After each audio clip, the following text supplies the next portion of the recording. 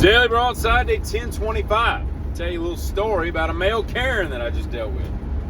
I was at this house this morning, and I leave the house, and I got to find something on my phone, and I didn't want to sit in the driveway because the sun was beating down on me, and it's like the sun everywhere I go today. It's just miserable.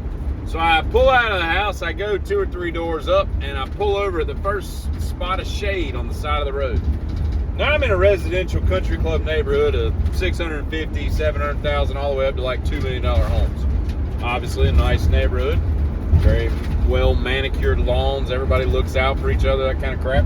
You know, residential street, not a lot of traffic, double yellow line. I'm pulled over, there's more than enough room for everybody to get by and on. And I'm sitting with my window down, on my phone with my little ear things in, and I got my calendar book out, and I'm looking for something, blah, blah, blah. And I'm sitting there like 2 or 3 minutes, and this Suburban pulls up.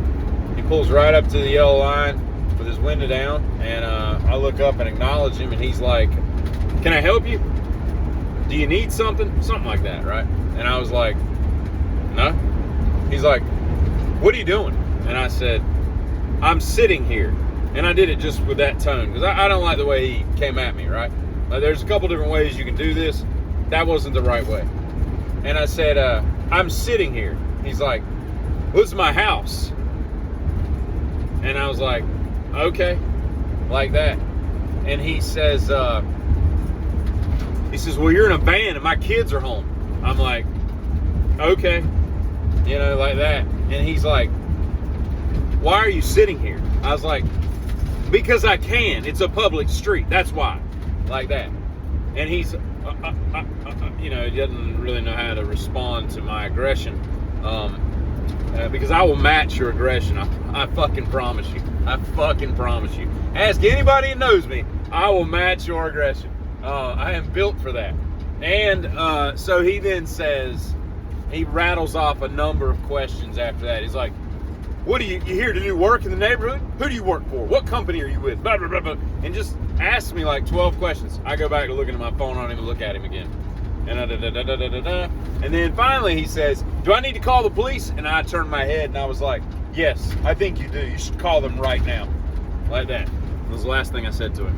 And he's like, and he's looking at his phone like I've called his bluff. Like, is this something I can involve with? Do I have it? Should the police be involved? I guess I'm going to have to call the police. And I'm just rolling my eyes inside my head.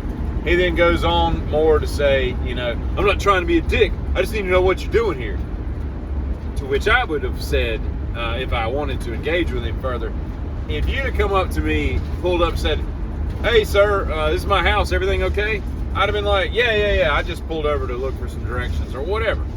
That's how you, that right there, that's how you do an interaction with like another human trying to run civil. Not pull up, like I don't know who the fuck he is either. Pull up to me and say, "Do you need something? What's going on? Can I help you?" No. That's not the way I don't care if it shit's your house or not.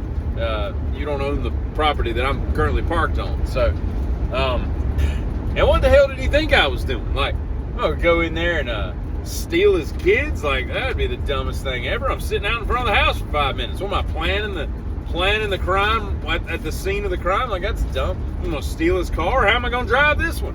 You know, I'm the worst burglar in the world if I camp out on the road for 15 minutes I mean, I don't know what he thought was going on, but you know, I don't get it. Like, anyway, so I was hoping that it would go further because, again, I like the chaos. I like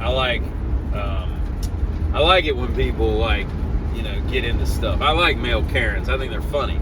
I interact with them several times a year in public. Usually it's them and somebody else, and I'll just interject myself into the situation.